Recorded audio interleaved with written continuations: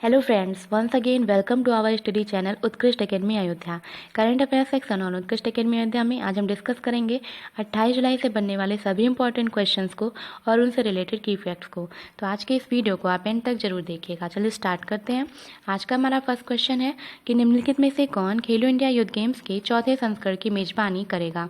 Option है महाराष्ट्र, हरियाणा, असम या दिल्ली। तो इसका सही आंसर होगा ऑप्शन नंबर बी यानी कि हरियाणा।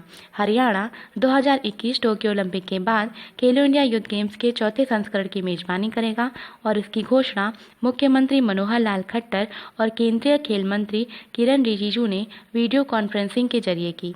इन खेलों का आयोजन पंचकूला में किया जाएगा। हरियाणा ने खेलो इंडिया गेम्स के तीनों संस्करणों में अच्छा प्रदर्शन किया है। 2019 व 2020 इन दोनों संस्करणों में हरियाणा दूसरे स्थान पर रहा था। 2020 में हरियाणा को कुल 200 पदक प्राप्त हुए व 2019 में कुल 159 पदक प्राप्त हुए। वहीं 2018 में हरियाणा 102 पोडियम फिनिश के साथ इसका विजेता रहा था। बात करें हरियाणा की तो हरियाणा के चीफ मिनिस्टर हैं मनोहर लाल खट्टर व यहाँ के गवर्नर हैं सत्यदेव नारायण आर्य। अदर ऑप्शंस को डिस्कस करें तो अभी हाल ही में खेलो इंडिया यूथ गेम्स के तीसरे संस्करण का आयोजन किया गया था असम के गुवाहाटी में, जिसमें महाराष्ट्र 256 कुल पदकों के साथ प्रथम स्थान पर था और इसमें 78 गोल्ड भी शामिल थे। वह दिल्ली 122 पदकों के साथ तीसरे स्थान पर था और वहीं हरियाणा 200 पदकों के साथ दूसरे स्थान पर था। तो ये याद रखिएगा कि खेलो इंडिया यूथ गेम्स के तीसरे संस्करण असम के गुवाहाटी में हुए थे, जिसमें प्रथम स्थान महाराष्ट्र को, द्वितीय स्थान हरियाणा को व तृतीय स्थान दिल्ली को प्राप्त हुआ था। वहीं चौथे संस्करण की मेजबानी मिली है हरियाणा को। चलते हैं अगले क्वेश्चन की तरफ। अगला क्वेश्चन है निम्नलिखित में से किस देश के पूर्व राष्ट्रपति बेंजामिन उमकापा का निधन हो गया है। ऑप्शन है आयरलैंड, सूरीनाम, तंजानिया या भारत। तो इसका सही आंसर होगा ऑप्शन नंबर सी यानी कि तंजानिया। हाल ही में तंजानिया के पूर्व राष्ट्रपति बेंजामिन उमकापा का निधन हो गया। 1995 से लेकर 2005 तक उन्होंने तंजानिया के तीसरे राष्ट्रपति के रूप में कार्य किया था। उन्होंने विदेश मंत्री व सूचना मंत्री जैसे कई कैबिनेट पद संभाले व राष्ट्रपति चुने जाने से पहले यूएसए में राजदूत के रूप में भी कार्य किया। तंजानिया की राजधानी है डोडोमा और यह अफ्रीका में स्थित एक देश है। इसकी राजधानी डोडोमा है। वर्तमान राष्ट्रपति हैं यहाँ के जॉन मैगुफुली। यहाँ मुद्रा चलती है तंजानिया शिलिंग। अदर ऑप्शंस को डिस्कस करें तो अभी हाल ही में सूरीनाम का राष्ट्रपति बनाया गया है चंद्रिका प्रसाद संतोखी को। भारत के राष्ट्रपति जो कि रामनाथ कोविंद जी हैं, इनका निजी सचिव अभी नियुक्त किया गया है पी प्रवीण सिद्धार्थ को। तो ये भी याद रखिएगा। अगला क्वेश्चन है हमारा निम्नलिखित में से किसे राष्ट्रपति पुरस्कार से सम्मानित किया गया है। ऑप्शन हैं कला नारायण सामी, अर्नब चौधरी, एन चंद्रशेखरन व जिम ताइकलेट। तो इसका सही आंसर होगा ऑप्शन नंबर 1 यानी कि कला नारायण सामी। अभी हाल ही में भारतीय मूल की नर्स कला नारायण सामी को सिंगापुर में कोविड-19 महामारी के दौरान फ्रंट लाइन पर सेवा देने के लिए नर्सों को दिए जाने वाले राष्ट्रपति पुरस्कार से सम्मानित किया गया। उन्हें 5 नर्सों में से चुना गया है। कला नारायण सामी वुडलैंड्स हेल्थ कैंपस में नर्सिंग उपनिदेशक हैं और इन्हें संक्रमण नियंत्रण प्रयासों के लिए इस पुरस्कार से सम्मानित किया गया है। सिंगापुर में नर्सों को दिए जाने वाला राष्ट्रपति पुरस्कार उनके प्रयासों को चिन्हित करने के लिए दिया जाता है, जिन्होंने निरंतर प्रदर्शन व रोगी देखभाल, शिक्षा, अनुसंधान व प्रशासन में अपना महत्वपूर्ण योगदान दिया होता है। तो अभी कला नारायण सामी जो कि भारतीय मूल की नर्स हैं, इन्हें सिंगापुर के राष्ट्रपति पुरस्कार से सम्मानित किया गया है। अदर ऑप्शंस को डिस्कस करें तो अर्नब चौधरी को टीएमजी यानी टूनच मीडिया ग्रुप के लीजेंड ऑफ एनिमेशन पुरस्कार से सम्मानित किया गया है। एन चंद्रशेखरन व जिम टाइकलेट को 2020 ग्लोबल लीडरशिप पुरस्कार से सम्मानित किया गया है। अगला क्वेश्चन है हमारा हाल ही में आरबीआई ने किस देश के साथ मुद्रा अदला बदली समझौते पर हस्ताक्षर किए हैं। ऑप्शन है श्रीलंका, उत्तर कोरिया, चीन या फ्रांस। तो इसका सही आंसर है ऑप्शन नंबर 1 यानी कि श्रीलंका। हाल ही में भारत ने आरबीआई द्वारा श्रीलंका के साथ $400 मिलियन की मुद्रा अदला बदली के समझौते पर हस्ताक्षर किए हैं। इस विनिमय का उपयोग विदेशी मुद्रा भंडार को बढ़ाने व देश की वित्तीय स्थिरता सुनिश्चित करने के लिए किया जाएगा, जो कोविड-19 महामारी से बुरी तरह प्रभावित हो चुकी है। यह मुद्रा अदला बदली समझौता नवंबर 2022 तक के लिए मान्य होगा।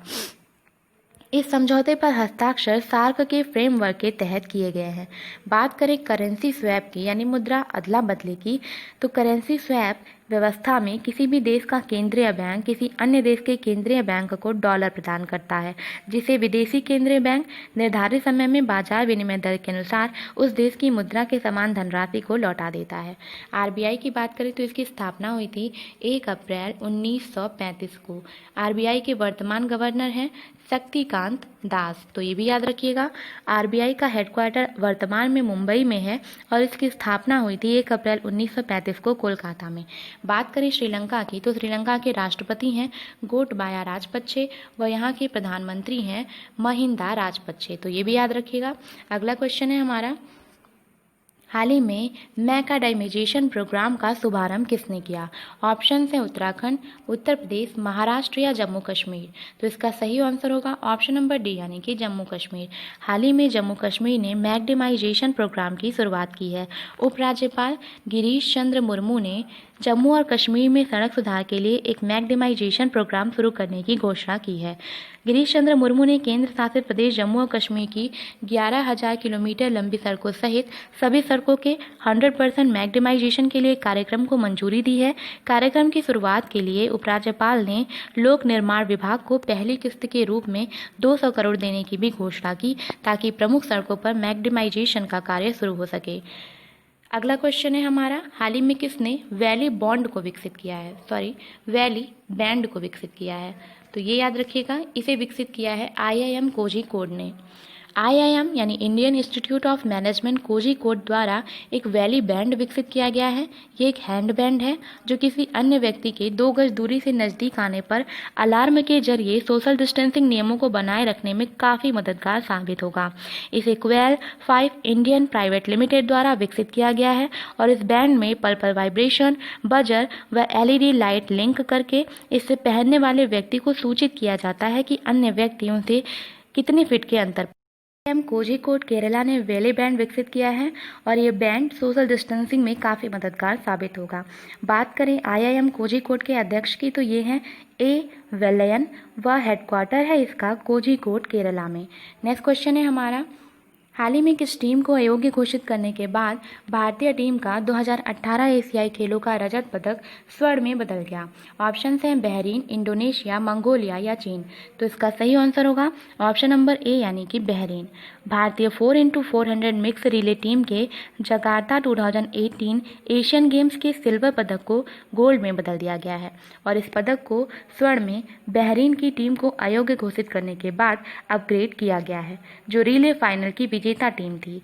बहरीन टीम को अयोग्य घोषित करने के बाद उनकी सदस्य केमी एडकोया को एथलेटिक इंटीग्रिटी यूनिटी ने डोप परीक्षण में विफल होने के बाद 4 साल के लिए प्रतिबंधित कर दिया गया है। इसके बाद अब भारत के आर पोवम्मा, हिमा दास व अरोकिया राजो आयोजन के विजेता बन गए हैं।